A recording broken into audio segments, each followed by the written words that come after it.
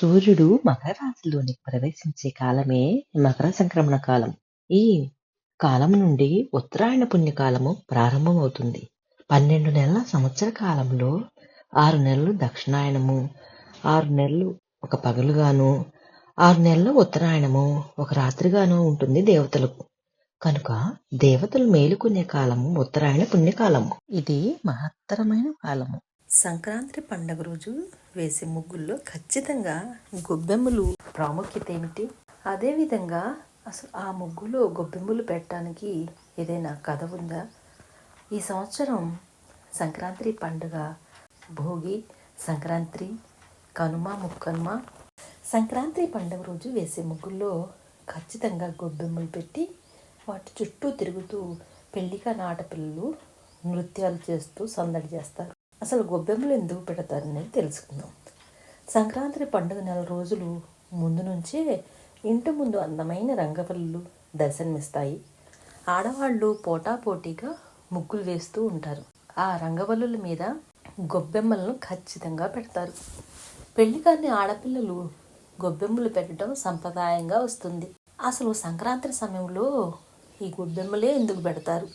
దీని వెనుక ఉన్న ఆధ్యాత్మిక ఆధారం ఏమైనా ఉందా? దీనికి శాస్త్రీయ ఆధారం కూడా ఉందని చెప్తున్నారు మన పెద్దలు. గొబ్బెమ్మల ప్రాముఖ్యత సంక్రాంతి సమయంలో వేసే ముగ్గుల మధ్యలో పెద్ద గొబ్బెమ్మను పెడతారు. దాని చుట్టూ చిన్న చిన్న గొబ్బెమ్మలు 4 పెడతారు. ఈ విధంగా 5 గొబ్బెమ్మలను ఒక చోట పెట్టడం మన సాంప్రదాయం. ఆవు పేడతో కళ్ళాపు చల్లి వాటిలో తయారు చేసిన గొబ్బెమ్మలు పెడతారు. గొబ్బెమ్మ మీద నవధాన్యాలు, పసుపు, కుంకుమలు వేసి రంగురంగుల పువ్వుల రేకులతో అందంగా అలంకరిస్తారు. రేగుపళ్ళు కూడా పోస్తారు. గొబ్బెమ్మలు కృష్ణుడికి ఎంతో ఇష్టమైన గోపిక స్త్రీల రూపాలకి సంకేతంగా కొన్ని చోట్ల భావిస్తూ ఉంటారు. ముగ్గు మధ్యలో పెట్టే పెద్ద గొబ్బెమ్మ గోదాదేవికి సంకేతం. ఆవుని గౌరీమాతగా హిందువులు భావిస్తూ ఉంటారు. అందుకే ఆవు పేడని పవిత్రంగా భావిస్తారు. పేడతో చేసిన గొబ్బెమ్మలు ముగ్గుల మధ్య మీద పెట్టి సంప్రదాయంగా వస్తూ ఉంది. పెళ్లి కాని యువతులు ఇలా చేయటం వల్ల కోరుకున్న వ్యక్తి భర్తగా వస్తాడని కొంతమంది నమ్మకం. పెళ్లి కాని ఆడపిల్లలు వాళ్ళ ఇళ్లలో గొబ్బెమ్మలు పెడితే త్వరగా పెళ్ళవుతుందని నమ్ముతుంటారు. గొబ్బెమ్మల చుట్టూ తిరుగుతూ గొబ్బియళ్ళు గొబ్బియళ్ళు అనే పాట పాడుతూ కూడా నృత్యం చేస్తూ సందడి చేస్తారు. కృష్ణుడి మీద గోపికలకి ఉన్న భక్తి తమకు రావాలని కోరుకుంటూ కూడా కొంతమంది గొబ్బెమ్మలు పెడుతూ ఉంటారు. గొబ్బెమ్మలు గోదాదేవితో సమానం కనుకే వాటిని కాళ్ళతో తొక్కరు. ఇంటి లోగలి అందంగా ఉన్న ఇళ్ల మీద లక్ష్మీదేవి ఆశీస్సులు ఉంటాయని నమ్ముతుంటారు మన హిందువులు.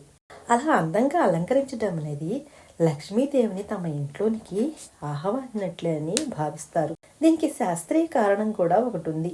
గొబ్బెమ్మలు పెట్టడం వెనుక శాస్త్రీయ కారణం ఆవు పేడలో యాంటీబయాటిక్ లక్షణాలు ఉన్నాయని అంటారు. వీటితో చేసిన గొబ్బెమ్మలు ఇంటి ముందు పెట్టడం వల్ల సూక్ష్మ క్రిములు ఇంట్లోకి రావు. చలికాలం కాబట్టి ఈ సమయంలో ఎక్కువగా ఫ్లూ బారిన పడుతూ ఉంటారు. అందుకే ఆవు పేడ పెట్టడం వల్ల ఇంట్లో సూక్ష్మ క్రిములు ప్రవేశించకుండా అడ్డుకుంటాయని చెప్తారు. గొబ్బెమ్మల మీద వేసే నవధాన్యాలు వాటి మీద వేసే చేరే క్రిములకు ఆహారంగా మారుతాయి. భోగి పండుగ రోజు ఆవు పేడతో చేసిన పిడకలు కూడా భోగి మంటల్లో వేయటం కొన్ని చోట్ల ఆచారంగా మనం చూస్తూ ఉంటాం. అయితే ఈ సంవత్సరం భోగి పండుగ చాలా విశిష్టమైన రోజున వచ్చింది. సోమవారం పౌర్ణమి, ఆరుద్ర నక్షత్రం పుష్యమాసంలో రావటం చాలా ప్రాముఖ్యత సంతరించుకుంది. 110 ఏళ్ల తర్వాత వచ్చే అద్భుతమైన భోగి ఈ సంవత్సరం వస్తున్న సంక్రాంతి భోగి. ఎన్నో సంవత్సరాలు పుణ్యం చేసిన ఫలితం ఈ ఒక్క భోగి రోజు చేసుకుంటే వస్తుంది. మనం ఏదైతే మనసులో సంకల్పం చేసి అనుకుంటామో అది 1,000,000 బిల్వ అర్చనతో సమానమవుతుంది. ఈ ఒక్కరోజు చేసే పూజ 3 సార్లు రుద్రయాగాలను పూజించిన ఫలితం కూడా ఈ ఒక్కరోజు చేయటం వలన వస్తుంది. 1,000,000 సోమవారాలు శివుని పూజించిన ఫలితం కూడా ఈ ఒక్క సోమవారం మనం పూజ చేయటం వలన వస్తుంది. ఆర్థిక సమస్యల నుండి బయటపడటానికి ఆయుష్ ఆరోగ్యం కావాలన్నా, భోగభాగ్యాలు కావాలన్నా ఈరోజు శివునికి మనస్ఫూర్తిగా పూజ చేయాలి. ఈశ్వరారాధన తప్పకుండా చేయండి. బ్రహ్మముహూర్తంలో ఉదయాన్నే లేచి కాలకృత్యాలు తీర్చుకుని తలస్నానాలు చేసి శివుని చిత్రపటానికి పూలమాలలు వేసి నువ్వులతో కానీ ఆవు నెయ్యితో కానీ దీపారాధన చేసి యథావిధిగా మిగతా పూజను పూర్తి చేయండి.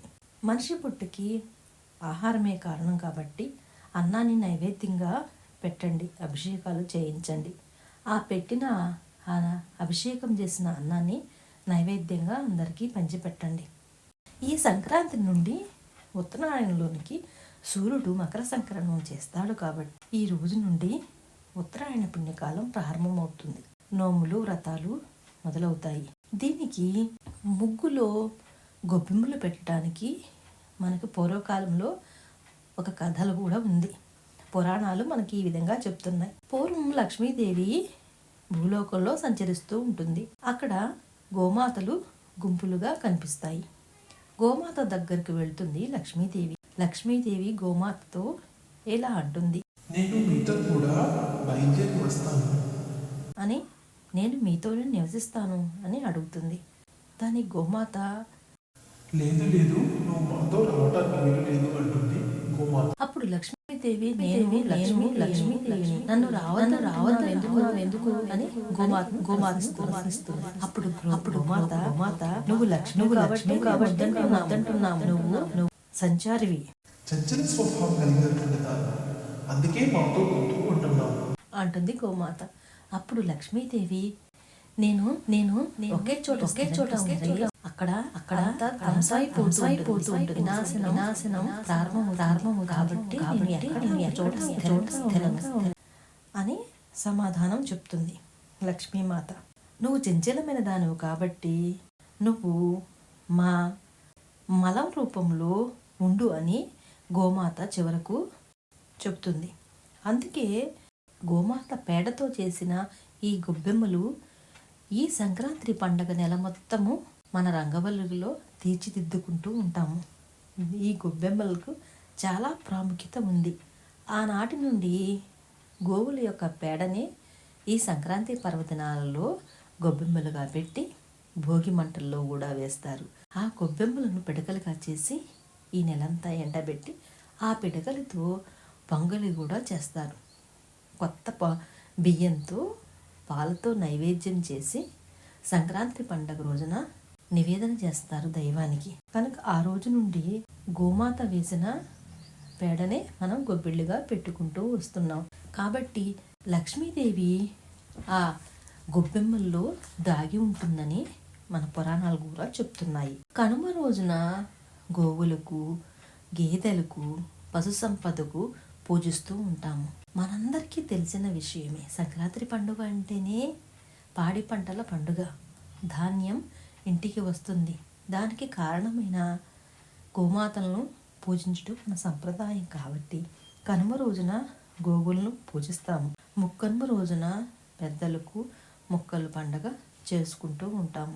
ఈ విధంగా లక్ష్మీదేవి యొక్క కోరిక మేరకు గోమాత ఇచ్చిన వరం వల్లనే మనం ఈ రోజున ప్రతి సంవత్సరము ఒక్కసారి వచ్చే ఈ సంక్రాంతి పండగ నెల మొత్తము ముగ్గిళ్ళలో గొబ్బెమ్మలను పెట్టుకోవటం ఆచారంగా వస్తూ ఉంది.